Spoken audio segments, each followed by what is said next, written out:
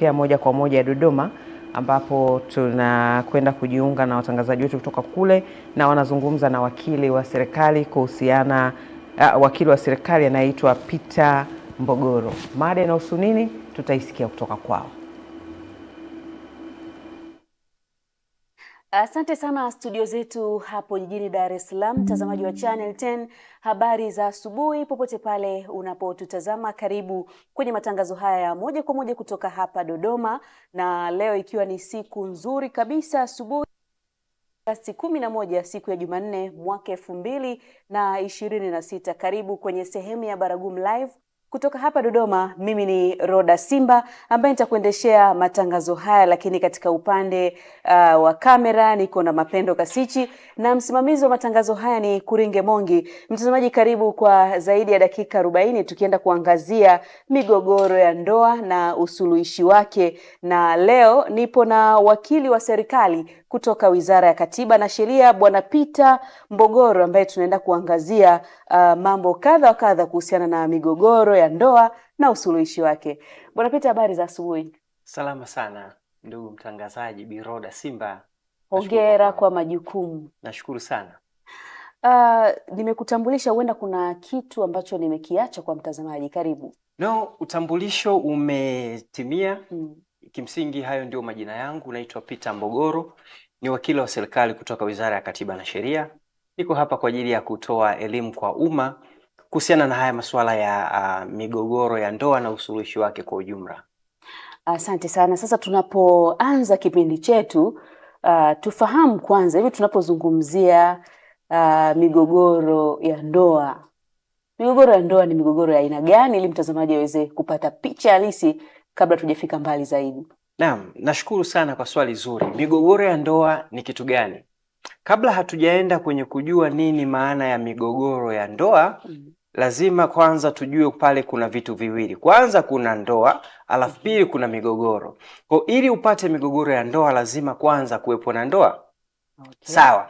Ndoa ni nini hiyo? Kwa sababu hujaniuliza, naomba ni reserve, kiniuliza nitakueleza ndoa ni nini. Lakini migogoro ya ndoa ni zile changamoto zinazotokea baina ya wanandoa wawili, ama kama ni ndoa ya zaidi ya mke mmoja, inaweza kuwa ni zaidi ya kutokuelewana au kutokuwa na tunasema common understanding, uelewano wa pamoja. Na hii huwa inasababishwa na vitu kadha wa kadha. Inaweza ikawa ni kwa sababu za kifedha au za kiuchumi. Mwingine anaweza akawa anatumia fedha ambayo mwenzie haridhiki. Hiyo ni mgogoro wa ndoa. Inaweza ikawa ni sababu ya kimalezi, kwamba labda mtoto alelewe vipi. Kila mtu anakuwa na mtazamo wake, unasababisha mgogoro wa ndoa. Lakini inaweza ikawa ni sababu ya usaliti. Mmoja anakuwa ana wasiwasi mwenzie si mwaminifu katika ndoa. Kuna sababu nyingi zinasababisha mgogoro wa ndoa, lakini nyingine inawezekana hata sio mgogoro, ni kutokana tu na namna ambavyo kila mmoja amekulia kwenye tamaduni ambayo ina mtazamo tofauti juu ya jambo fulani. Kwa hiyo inaweza ikasababisha kutokuwa na uelewa wa pamoja baina ya watu wanaoishi pamoja kwa maana ya ndoa. Asante sana wakili, lakini sasa turudi kwa uzoefu wako. Naam. Unadhani ni sababu zipi ambazo zinasababisha migogoro kwenye familia? Na nilivyokuwa nikielezea migogoro ya ndoa hasa ni nini, nikaeleza kwamba ni tofauti zinazotokea kati ya wanandoa, lakini sababu zinazosababisha nyingi ndio kama hizo. Mosi ni kutokuwa mwaminifu katika ndoa. Uaminifu katika ndoa inasababisha migogoro mingi sana. Lakini kuna ukatili wa kijinsia, ukatili wa kihisia, wa kingono. Inaweza katokea kwa sababu mtu hata kama ni mke wako au mume wako, kuna baadhi ya vitu huruhusiwi kuvifanya kwa maana ya kingono. Lakini inaweza kuwa ni sababu inaweza kuwa ni sababu za kifedha, mmoja anafuja mali au anatumia vibaya.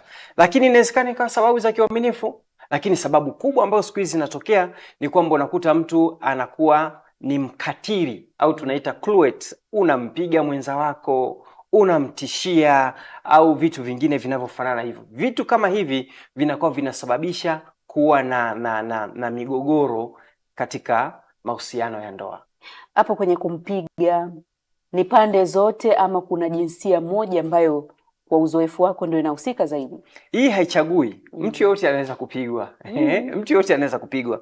Mara nyingi kwa jamii yetu ya Kitanzania wanawake wakipigwa hiyo ni big deal, hiyo ni issue kubwa.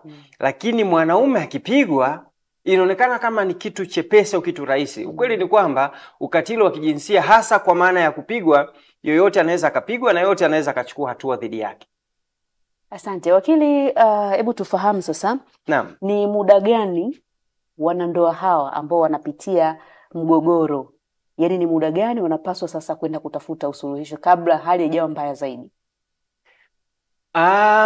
Kwenye usuluhishi wa ndoa kuna kitu kinaitwa negotiation, majadiliano.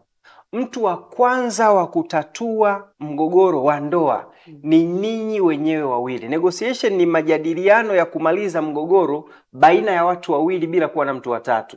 Na njia hii imekuwa ikifanya kazi sana. Kuna kitu naona mwenzako hakufanyii sawa, ni busara kukaa naye na kuzungumza naye juu ya hisia zako, namna gani unaona hakutendei sawa. Lakini swala hili linaposhindikana, inashauriwa kuwaona watu mbalimbali ambao wana heshima katika jamii. Kwa mfano, kama ninyi ni Wakristo, wengine wanawaona wachungaji, kama wengine ni Waislamu wanamuona shehe au vitu kama hivyo. Lakini kwa misingi ya kisheria, ukisoma katika kifungu cha 102 kama sijakosea, ni kifungu ambacho kinampa waziri wa mambo ya sheria, kwa maana waziri wa katiba na sheria, fursa ya kuunda bodi za usuluhishi wa ndoa kila kata nchi nzima, ambazo zitakuwa zinasaidia kutatua hizi changamoto za ndoa. Kwa ni wakati gani? Wakati wowote ambapo mtu anahisi kwamba kuna mgogoro ambao yeye na mwenza wake wameshindwa kutatua, basi anaweza kuiendea hii tume au hii bodi ya usuluhishi wa ndoa, ambayo kwa mujibu wa sheria ipo kila kata kwenye kwenye nchi yetu ya Tanzania. Wakili, nani anapaswa kuwa msuluhishi wa ndoa? Naam, nashukuru kwa swali zuri. Kama ambavyo nimesema awali kwamba usuluhishi wa ndoa kwa maana ya kwenye bodi au usuluhishi wa ndoa kwa maana ya njia zingine ambazo sio rasmi. Mtu yoyote anaweza kuwa msuluhishi wa ndoa. Moja, nimemtaja mtu kama shehe. Ukimpelekea shehe, tunaamini anaweza kuwasaidia kutatua mgogoro wenu wa ndoa. Unaweza ukampelekea mchungaji, anaweza katatua changamoto yenu ya ndoa. Lakini kwa maana ya kwamba nani anatakiwa kuwa kwenye bodi, sheria inamtambua kwamba awe ni mtu mwadilifu, mwaminifu, anayeaminika na watu wa jamii husika. Haijataja specifically anatakiwa kuwa nani, lakini idadi yao, kwa maana kwenye bodi wanatakiwa kuwa wangapi. Sheria inasema anatakiwa kuwepo mwenyekiti kwenye hiyo bodi ya usuluhishi wa ndoa ya kata, na wajumbe wengine wasiopungua 2 na wasiozidi 5. Maanake hiyo ndio composition ambayo inaweza ikawa rasmi kwa ajili ya kutatua changamoto ya ndoa kabla mtu hajapeleka shauri lake mahakamani. Wakili, tufahamu sasa kwa ujumla, Naam, hali ya migogoro ya ndoa kwa sasa nchini ipoje? Naweza nikawa sina majibu ya moja kwa moja kwamba hali ya utatuzi wa migogoro ya ndoa ikoje, kwa sababu kuna baadhi ya migogoro ambayo huwa inaisha kwa level za kifamilia. Ulikuwa ni mgogoro ukaisha kwa level ya kifamilia, sisi kama wizara hatuwezi kufahamu, lakini inawezekana ikawa umeenda labda kwa level ya viongozi wa jamii, kama ni mchungaji, kama ni wakuu wa kaya au wa ukoo, kama ni mashehe au viongozi wengine wa dini. Hizo pia hatuwezi kuwa na takwimu rasmi, lakini kwa maana ya kwamba migogoro ya ndoa ambayo imekwisha kuhitimishwa kwenye bodi ikapelekwa mahakamani, na baada ya mahakama kuona sasa ndoa hii imeshindikana, kwa sababu ndugu mtangazaji, ni kutanabaishe kwamba mahakama huwa haitoi hati ya talaka tu, hapana, isipokuwa hati ya talaka huwa inatolewa pindi ambapo mgogoro ulioko mezani mahakamani unaonekana hauwezi kusuruhishika tena, ndio mahakama inatoa hati ya talaka. Sasa mahakama ikishatoa hati ya talaka, wale waliopata hati ile wanatakiwa kwenda RITA kupata cheti cha kwamba ndoa hii ni kweli ilivunjwa na mahakama, kwa huyu mtu yuko huru kuendelea. Kama hivyo ndivyo basi, kwa mujibu wa takwimu za RITA mwaka 2023 kulikuwa kuna idadi ya talaka 711 ambazo zilisajiliwa RITA. Mwaka 2024 zilikuwa ni idadi ya ndoa 1569. Mwaka jana tunaozungumza mwaka 25 idadi ilipungua kidogo, ikaja 1172. Kwa hiyo maana yake unaweza kuona kwamba mwaka 23 ilikuwa chini kidogo, 24 ikashuti mpaka 1569, alafu mwaka jana mwaka 25 ikapungua tena mpaka 1172. Wakili, kwa uzoefu wako, hivi vitu vilikuwepo tangu huko nyuma? Kulikuwa kuna ndoa tulikuwa tunashuhudia mababu zetu, mama zetu. Tofauti ya zamani na sasa ni ipi? Siwezi kuisemea sana zamani kwa sababu huo ni mtego, ndugu mtangazaji. Zamani sikuwepo, lakini nadhani siku hizi watu dhana ya ndoa wamekuwa wakichukulia rahisi sana. Nikiwa na maana mtu anaweza akaenda tu kwa ajili ya ile sherehe, tukio la sherehe, kitu ambacho ndoa sio sherehe. Ukisoma kifungu cha 9 cha sheria ya ndoa ya mwaka 71 kinasema ndoa ni muunganiko wa hiari baina ya watu wawili, wawili ambao ni mke na mume, inayolenga kudumu kwa maisha yao yote yaliyobakia. Sasa mtu akiwa na hii notion ya kwamba anaingia kwenye ndoa ili nikadumu katika maisha yangu yote yaliyobakia, itamletea umakini au serious kwamba huku nako kwenda siendi kujaribisha. Na hii nadhani ndio ilikuwa inawasaidia sana wazee wetu wa zamani, kwa sababu alikuwa anajua akiingia kwenye ndoa siwezi tena kurudi nyumbani. Lakini kwa hali hiyo hiyo sheria imeweka msisitizo. Sheria yetu ya ndoa ya mwaka 71 kama ilivyofanywa marekebisho mwaka 2023 imeweka msisitizo kwamba ni marufuku au hairuhusiwi kwa mtu kuleta shauri la talaka mahakamani ikiwa ndoa haijafikisha angalau miaka 2. Kwa maana yake kama ndoa yako haina miaka 2, hauwezi kusikilizwa kabisa, isipokuwa labda utathibitisha kwenye mahakama kwamba kuna viashiria vya ukatili ambao unaweza kusababisha kudhurika. Kwa mfano mtu unapigwa, kwa mfano unatishiwa kuuawa. Mahakama sasa hapo haiwezi kusema huyu mtu aendelee kuvumilia, maana yake itataka uawe sasa.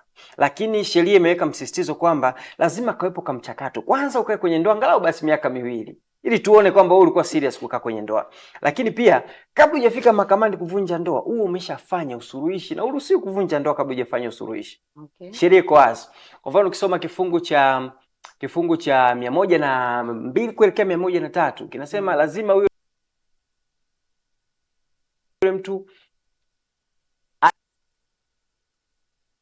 aitwe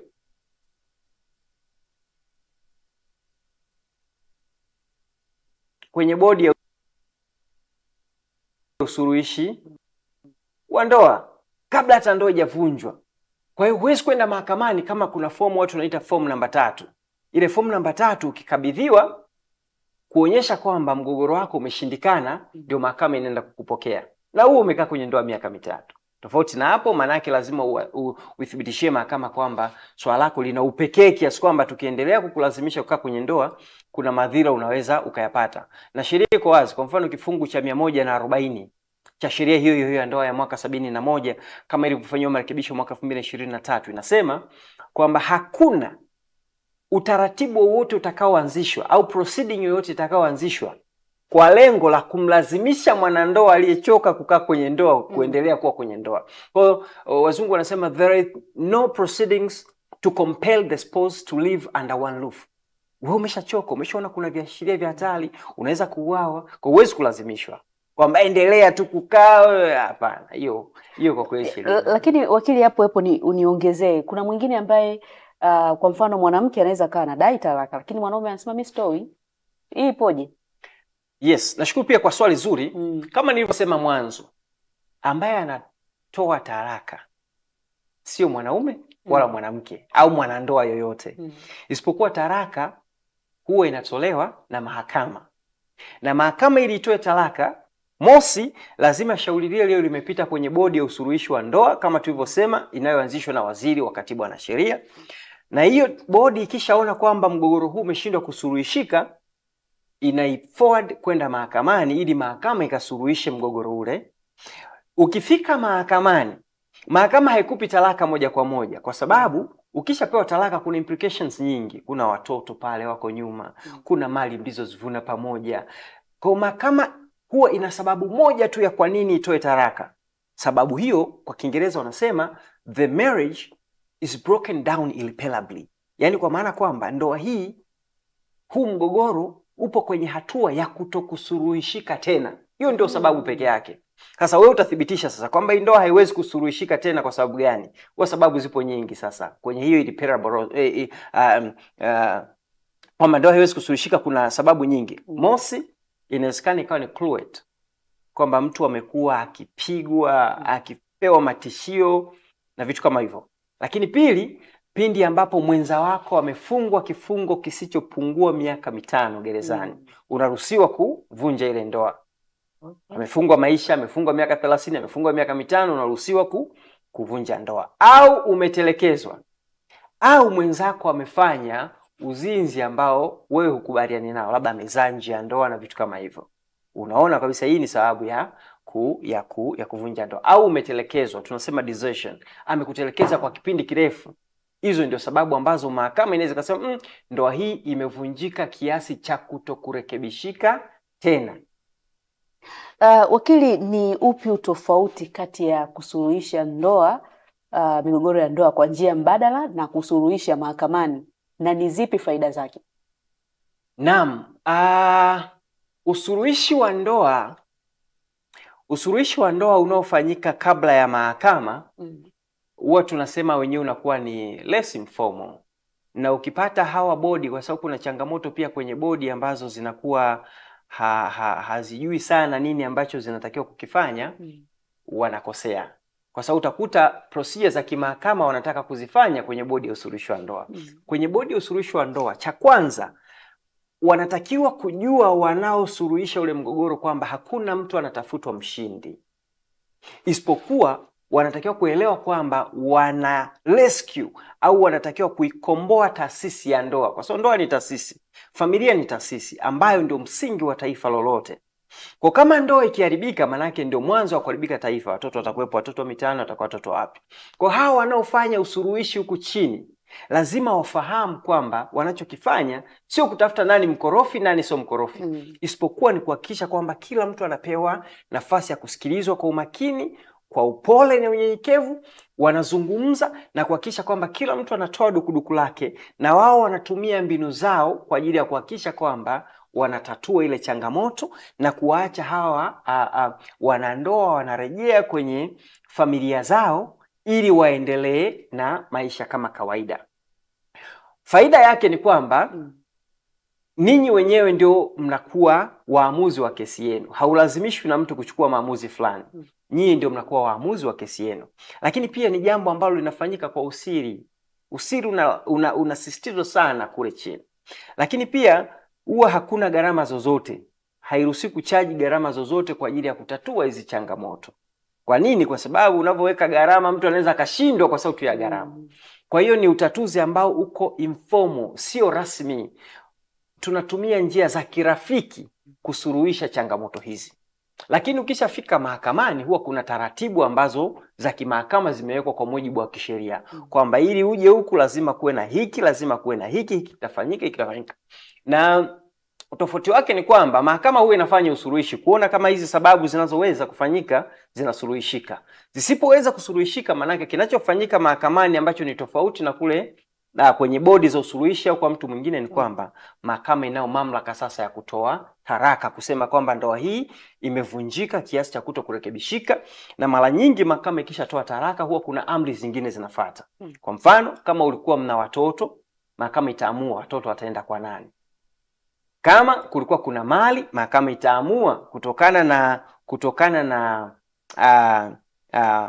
chumo hili la pamoja, kwamba kila mtu amechuma kiasi gani, amechangia kiasi gani kwenye chumo la pamoja, basi mtagawana kwa kiasi fulani. Lakini pia nani atatunza watoto? Kwenye watoto kuna nani atakaa na watoto na nani atatunza watoto. Ndio. Sasa sijui kama unataka niende sana huko, lakini hizo oda ni huwa zinachanganya sana watu na kumekuwa na upotoshaji mkubwa hapo. Mosi, upotoshaji uliopo ni kwamba mwanamke wengi wanaoingizwa kwenye matatizo ya kuachana hasa kwa kushikwa masikio na watu wengine kwamba achana naye mgawane mali. Hapo kuna mziki hapo, na napenda watazamaji wako wafahamu kwamba mali zinazogawanywa wakati wa ndoa imevunjika ni zile mali mlizozichuma pamoja. Okay. Sio mali ambazo mtu alichuma wewe umekuja umezikuta. Mfano sasa, wakili, kabla hujaendelea, mfano sasa ndo amechuma mwanaume, tunasema mume ndo kachuma, mimi kama mama nimehusika kusaidia tu, lakini sijahusika kwenye majukumu ya kutoa fedha. Toka miaka ya 80 hii imekuwa settled, imeamliwa, kwa maana ya kwamba mahakama huwa inakuwa makini kwamba kila mtu atapata alichokichuma kwenye ndoa. Lakini kuna kesi moja maarufu sana kwa wanasheria inaitwa Bi Hawa Mohamed dhidi ya Ali Saif. Kesi hiyo iliamua ikasema mwanamke chumo lake la pamoja au mchango wake katika ndoa utahesabika hata kwa mchango ambao sio moja kwa moja, kwa mfano kukupikia, kukufulia, kukupa utulivu. Lakini sasa haiwezi mchango huo ukasema lazima uwe 50% kwa 50. Mahakama inaweza kaamua kwamba kwa wewe kumpikia tu huyu mzee inawezekana ukawa umechangia kwa 20% au 30 kwa kwenye mali zote alizochuma huyu mzee wakati uko naye. Maana yake wewe pasenti yako au asilimia yako utapata 30%. Hiyo ni moja. Kwa hiyo ni oda ya kwanza ambayo huwa inatolewa pindi ambapo mahakama inaamua kwamba ndoa hii ivunjike. Lakini kitu cha pili huwa nani atakaa na watoto. Wanawake wamekuwa wakidanganywa pia kwamba mtoto chini ya miaka 7 ni wa baba. Hapana, mahakama pia huwa inaangalia kwamba hapa tunachoangalia ni best interest of the child, kwamba mtoto atakuwa na mazingira mazuri akikaa na nani. Presumption ni kwamba akikaa na mama chini ya miaka 7 atakuwa vizuri. Lakini kuna kesi nyingi ambazo siwezi kuzisema hapa, miongoni mwa kesi mnazifahamu. Lakini mtoto wa mwaka mmoja amepewa baba, miaka 2 anapewa baba. Kama mama wewe mwenyewe hueleweki, labda ni mtu wa kushinda kwenye vilabu, ni mtu wa kushinda kwenye mabaa, huna malezi mazuri ya watoto, huwezi kupewa mtoto. Kwa hiyo mahakama huwa inaangalia tu mtoto akikaa kwa nani atapata makuzi mazuri. Mnaweza mkanyimwa wote, ikapewa ustawi wa jamii au kapewa bibi yake au kapewa mtu yoyote, kama wote mtaonekana kwamba hamwezi kumlea na kumkuza mtoto vizuri. Kwa hiyo hicho ni cha pili, kwamba mahakama itaamua nani akae na watoto. Lakini kitu cha tatu, nani atahudumia watoto. Hapa sasa nataka niweke msisitizo. Ukishaamua kwamba ndoa inaenda kuvunjika, tunavunja ndoa, mara nyingi kwa mujibu wa sheria anayetakiwa kuhudumia watoto kwa mujibu wa sheria yetu ya Tanzania ni baba. Kwa wataangalia mzee una kiasi gani au kipato chako kikoje, kwa hiyo unaweza kuhudumia familia yako kwa kiasi gani kwa kila baada ya kipindi fulani, kama ni kwa wiki, kama ni kwa mwezi. Lakini kama baba akithibitisha kwamba yeye uwezo wake ni mdogo, hawezi kuingiza fedha, mama anaingiza fedha, mambo yanabadilika, meza inapinduliwa. Kwa mama utapewa amri ya kuhudumia watoto. Lakini kwa maana ya kwamba general rule kwamba kitu cha kwanza ambacho mahakama kwenye matunzo ya mtoto huwa inafanya ni kwamba baba lazima utunze mtoto wako. Wakili, hii sheria ya kwamba mtu yote anaweza akapewa mtoto akamhudumia kwa hicho kipindi, huku sisi mtaani tunaambiwa ni hiyo miaka 7 ambayo umesema, si kweli. Hebu tupe ufafanuzi vizuri. Yes, kama ambavyo nimesema, mahakama inapokwenda kuamua swala lolote la mtoto, huwa kuna principle inatumika kwamba best interest of the child. Naomba niitumie hii kesi kwa sababu nadhani ni kesi maarufu. Kesi ya aliyewahi kuwa mbunge wa Mbeya, Mr. Sugu. Ndio. Waliwahi kuwa na mgogoro wa ndoa na mkewe. Kipindi hiko mtoto alikuwa na chini ya miaka 2. Okay. Lakini mahakama iliamua baba akae na mtoto. Japokuwa walikuja akakubaliana kifamilia makubaliano mengine, lakini kwa maana ya maamuzi ya mahakama iliamua mtoto akakae na baba. Kwa nini? Kwa sababu baba aliweza kuthibitisha kwamba ili huyu mtoto akae vizuri ni lazima akae na baba. Kwa hiyo sio kwamba kila mtoto mwenye chini ya miaka 7 atakaa na mama au atakaa na baba. Kwa hata pale mahakama mke wake pia angeweza kuthibitisha kwamba hata mimi naonekana siko vizuri na yeye pia hayuko vizuri kukaa na mtoto kwa sababu 1, 2, 3, 4, 5. Mahakama ingesema wote hatuwapi watoto. Tunaangalia mtu mwingine ambaye tukimpatia huyu mtoto atakuwa vizuri. Lakini cha kusisitiza hapo, ndugu zangu, ndio maana tuna utatuzi wa migogoro. tuna usuluhishi. Nini maana yake? Maana yake ni kwamba tunatakiwa kukaa pamoja, tulee watoto wetu pamoja. Ukishaanza kuingia kwenye migogoro, baba yuko huku, mama yuko huku, mara nyingi mwathirika wa kwanza huwa anakuwa mtoto. Ndio maana hata mahakama huwa inakuwa makini sana katika kuhakikisha kwamba huyu mtoto analindwa kwa kiwango ambacho makuzi yake hayawezi kuathirika. Wakili, kwenye kesi kama hiyo ambayo baba na mama wanaachana lakini wanakuwa wana mali ambazo wamechuma pamoja, tukizungumzia nyumba na vitu vingine, na umesema kwamba kuna asilimia ambayo wanagawana. Naam. Sasa wakishagawana ile asilimia, nani anaishi pale? Iko hivi. Cha kwanza, watu wengine wanachanganya. Tena ni afadhali umeniuliza ili nifafanue hili pia. Watu wanasema wakati wa kugawanya mali za familia au za wanandoa tunaangalia watoto, kwamba nigawie kwa sababu watoto. Mnavyoachana wanakuwa wanaachana wanandoa, hawaachani watoto. Okay. Maana yake ni kwamba hata mali zikiwa kwa baba, mali zikiwa kwa mama, maana yake ni kwamba mtoto bado ataendelea kutumia mali za wazazi wao. Anaweza kaenda kwa mama akatumia, akarudi kwa baba akatumia. Kwa mahakama huwa haiangalii kwamba tugawanye na za watoto. Huwa zinagawanywa mali za wanandoa tu. Sasa wakati wa kugawanywa huwa zinaangaliwa asilimia. Mwingine anaweza akapewa 30%, mwingine 80, mwingine 70, au wote mkapewa 50% kwa 50. Bahati mbaya, kwa mujibu wa swali lako, kinachogawanya ni nyumba ambayo ipo hii moja. Sasa nani anakaa pale, nani asikae?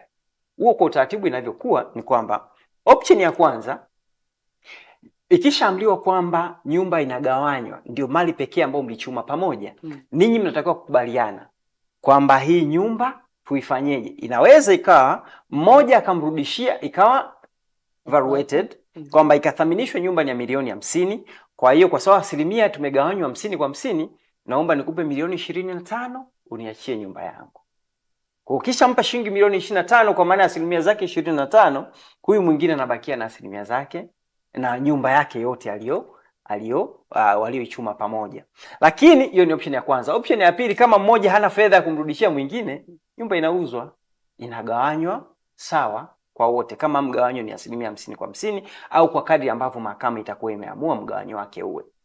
Kama ni nyumba ambayo inaweza kugawanyika wote mkaishi pale, labda kuna nyumba ya kushoto, kuna nyumba ya kulia, nyewe mtaamua. Lakini huwa inaweza ikaleta changamoto nyingine zaidi, kwa sababu hawa watu tayari sasa hawana maelewano, mgogoro wao hauwezi kusuluhishika. Wataweza kuishi nyumba moja? Hapana. Kwa mara nyingi huwa wanatafuta madalali wa mahakama, nyumba inathaminishwa, nyumba inauzwa.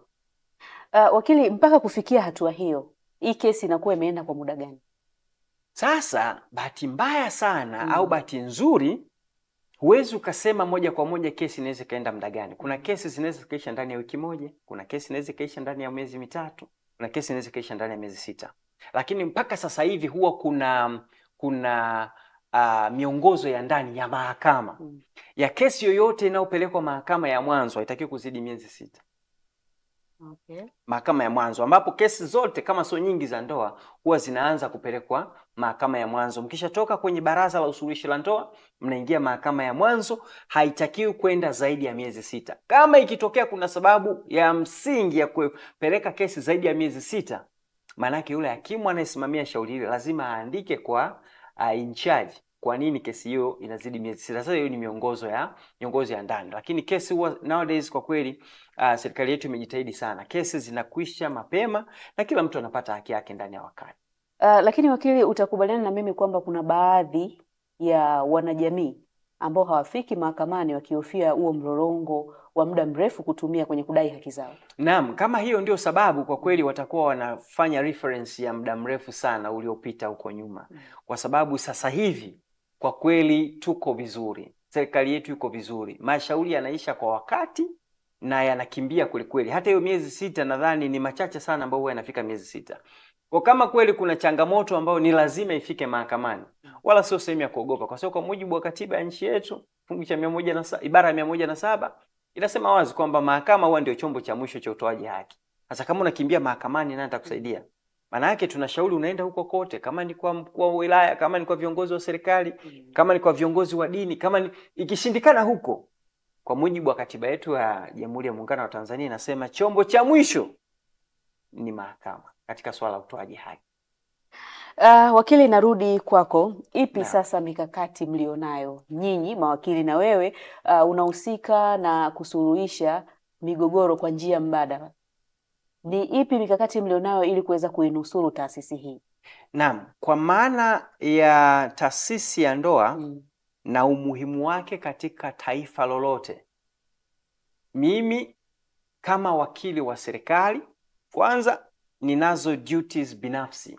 Huwa tunasema duties of advocates. Ninao wajibu wangu binafsi kama wakili. Kwanza ninao wajibu dhidi yangu mwenyewe, wajibu dhidi ya wakili mwenzangu, na wajibu dhidi ya jamii yangu. Wajibu dhidi ya jamii ikiwa ni pamoja na kutoa elimu, lakini pia na kujihusisha moja kwa moja katika kuhakikisha kwamba tunawasaidia wananchi kutatua migogoro yao bila kutumia muda mrefu au kwenda mahakamani, kitu ambacho kitakuwa ni hatua ya mwisho kabisa. Lakini kama wizara tuna mkakati maalum, kuna programs ambazo tunazifanya, mosi, za kuzunguka kwenye maeneo mbalimbali nchini au kukutana na hizi bodi za usuluhishi. So nilikwambia hapo awali kwamba hizi bodi mara nyingine zimekuwa hazitekelezi wajibu wake, sio kwa makusudi, pengine ni kwa sababu ya kutokuwa na uelewa wa nini wanachotakiwa kukifanya wakiwa kwenye bodi. Unaweza kukuta bodi zingine zinajigeuza zinakuwa mahakama, sasa zinahoji watu, zinaleta mashahidi, zinatoa hukumu. Hapana, hiyo sio kazi ya bodi. Kwa kama wizara, kazi yetu ya kwanza ni kuzianzisha hizo bodi ambazo Mheshimiwa Waziri hilo jukumu ameshalifanya, nchi nzima bodi zipo. Lakini cha pili tunachokwenda kukifanya ni kuhakikisha hawa watu wanakuwa na taaluma stahiki au skills stahiki za kutatua hii migogoro, ili kutokuendelea kuikuza migogoro na pengine hii idadi ambayo tumeona ya ndoa ambazo zimevunjika ishuke. Hiyo ni moja. Hiyo ni pili. Sasa moja, kuzianzisha; pili, kuwapa elimu; lakini tatu, tunawapatia vifaa. Kwa sababu unaweza kukuta ni bodi ya usuluhishi wa ndoa haijawahi kuzijua fomu ambazo wanatakiwa kuzijaza ni zipi na zinajazwa vipi, hawajui. Lakini pia hata hiyo tu sheria yenyewe inayoongoza sheria ya ndoa mwingine hata haijui.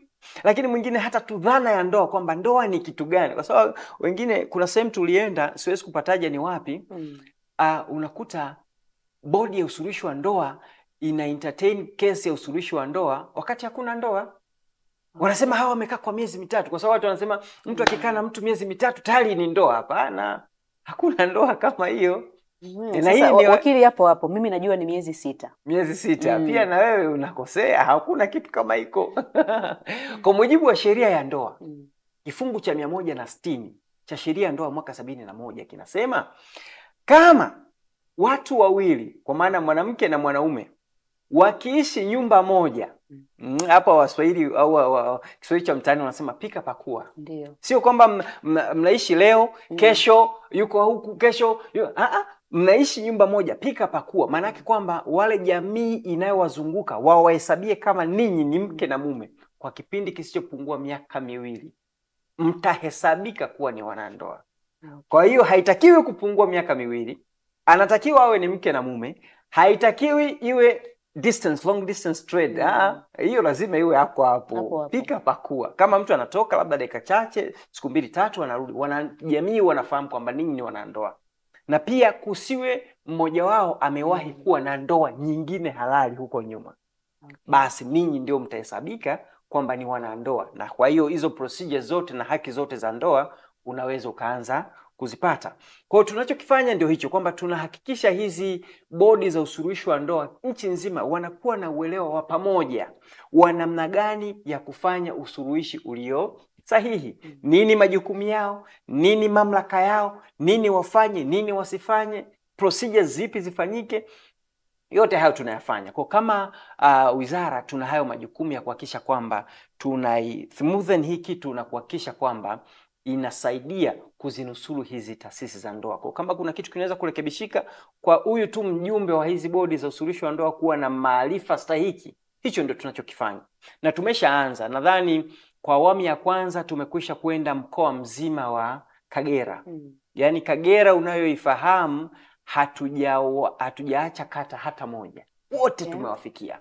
Nadhani hili litakuwa ni zoezi endelevu, siwezi kulisemea sana kwa sababu pengine kuna maelekezo mengine ya ndani ya uongozi wa juu wa wizara, siwezi kusemea sana, lakini kwa maana ya hiki ambacho tumekwisha kuanza kukifanya, tulifanya research tukabaini kwamba kiukweli kinachofanyika kule chini sio usuluhishi.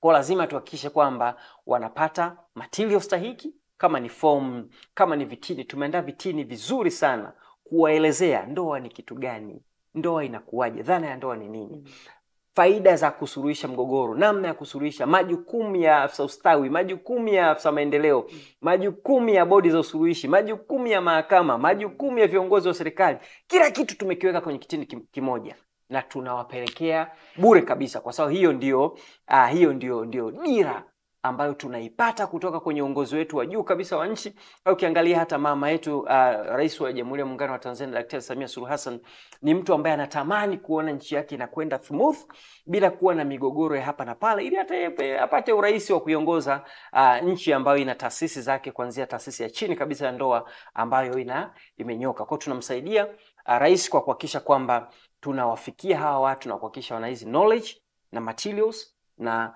wanaweza kutekeleza majukumu yao bila mkwamo wowote. Wakili, asante sana kwa uzoefu wako. Sasa natamani kufahamu kati ya mijini na vijijini ni sehemu gani ambazo zinaongoza kwa migogoro hii ya ndoa?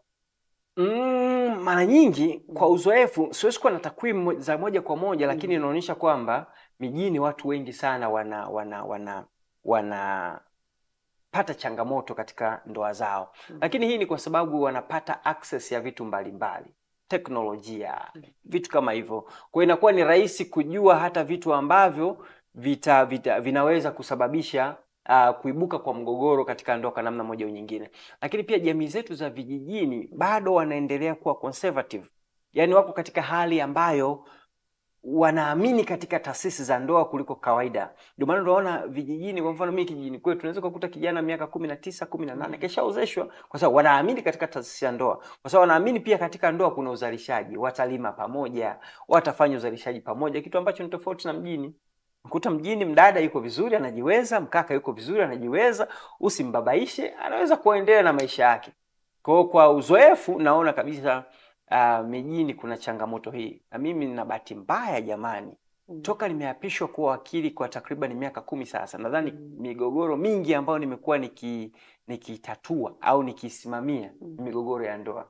Kwa kuna muda mimi namwambia Mwenyezi Mungu aniepushe mimi nisipate mgogoro. Kwa sababu nimekuwa nikisimamia kesi nyingi za ndoa na wengine wana kesi ngumu kwa kweli. Unakutana kesi ambayo unasema hata ningekuwa mimi hapa nachoma. Okay. Kwa hiyo mijini kuna hiyo changamoto kubwa. Umegusia swala la elimu nyuma kidogo hapa. Elimu hii inawafikia hadi wanandoa ambao wapo vijijini. Mfano hapo umetolea mfano kwamba mjini ndio wanaongoza kuliko vijijini. No. Sio kwamba vijijini hawana ile access ya kuweza kufika sehemu kwa ajili ya kupeleka malalamiko yao. Malalamiko yanapatikana kwa sababu vijijini kuna kata pia. Tumesema hizi bodi za usuluhishi wa ndoa zipo nchi nzima, kila kata. Kwa maana kwamba hata kijijini wana access ya kufika pale, lakini pengine kutokana na namna ambavyo vijijini wana mentality zao, namna walivyopikwa, inakuwa ni rahisi kusuluhisha na kutatua mgogoro wao kabla huja escalate kwenda juu sana. Kwa hali hiyo, kwa maana ya elimu tumekuwa tukijitahidi sana tukiwa tunatoa elimu mijini na vijijini. Kwa mfano hapa tunatoa elimu kupitia Channel 10 ambao naamini nasikika vijijini na mijini, kwa sababu kwa mfano sasa hivi umeme nchi nzima ina umeme. Kwa watu wakitazama Channel 10 nchi nzima wanaweza kupata ujumbe huu. Hiyo ni moja, lakini pili tunakwenda kule physically kuwapelekea elimu. Ndio maana nikakwambia kwa mfano kwa mkoa ambao tumeanza nao, mkoa wa Kagera, tumezunguka sehemu zote unazozijua mpaka sehemu moja inaitwa Kyerwa, mwisho kabisa kule karibu na mpakani. Kwa tumeenda kila sehemu kuhakikisha kwamba wananchi wa Tanzania wanapata hiki ambacho tunakitoa. Wakili, utakubaliana na mimi kwamba kuna baadhi ya wanandoa ambao wanafikishwa mahakamani, kesi inaenda, inaisha, wanarudiana, baada ya muda mtu anakuwa anapitia changamoto. Hii tunaiwekaje? Kimsingi ukishafika mahakamani ndoa ikavunjwa, mruhusi tena kuwa pamoja. Sasa wakirudiana maana yake wanarudiana kwa utaratibu ambao sio rasmi. Ila Kama unachomaanisha ni kwamba wanakwenda kusuruhishwa, wanakubali kusuruhishika, alafu wanarudi wanakutana na changamoto ile ile, maana yake sasa kuna mawili, kwamba ukubaliani na changamoto kama zinavumilika. Kama hazivumiliki zile changamoto, maana yake ni kwamba ile ndoa inatakiwa kuvunjwa, na ndoa ikivunjwa maana yake hamruhusiwi kuwa wawili tena. Lakini kuna kesi moja niwahi kuisimamia. Mama kaja ana malalamiko yake, baba anamsumbua, amemshtaki, anataka ndoa ivunjwe. Haya, wakanilipa fee yangu kama wakili, kwa sababu kabla sija wakili wa serikali. Sasa nikalipa fee yangu kama wakili, tumeendelea na kesi. Na shangaa siku ya kesi wanakuwa wanakuja tena wote, wamebebana kwenye gari, wanaondoka wote. Siku isiyokuwa na jina, vya wakili, mkafute kesi yako. Kwa hiyo muda mwingine huwa watu wanaenda kushtaki au wanaanzisha kesi wakati wana temper, wana hasira, siwezi kumsamehe, siwezi kunini. Ukiwaacha siku 2 siku 3 wanamaliza changamoto yao, pengine kwa sababu ya hasira wanarudiana. Na hiyo tumekuwa tukiwashauri sana hata kwenye zile bodi za usuluhishi. Kama sio kitu ambacho kinaweza kudhuru uhai au afya au mwili wa mtu, ndio wape muda kukuru kwanza. Jamani, tumeshasikia changamoto yenu, kwa hiyo sasa hivi baraza hili kuna changamoto kidogo, tunaomba mje kesho.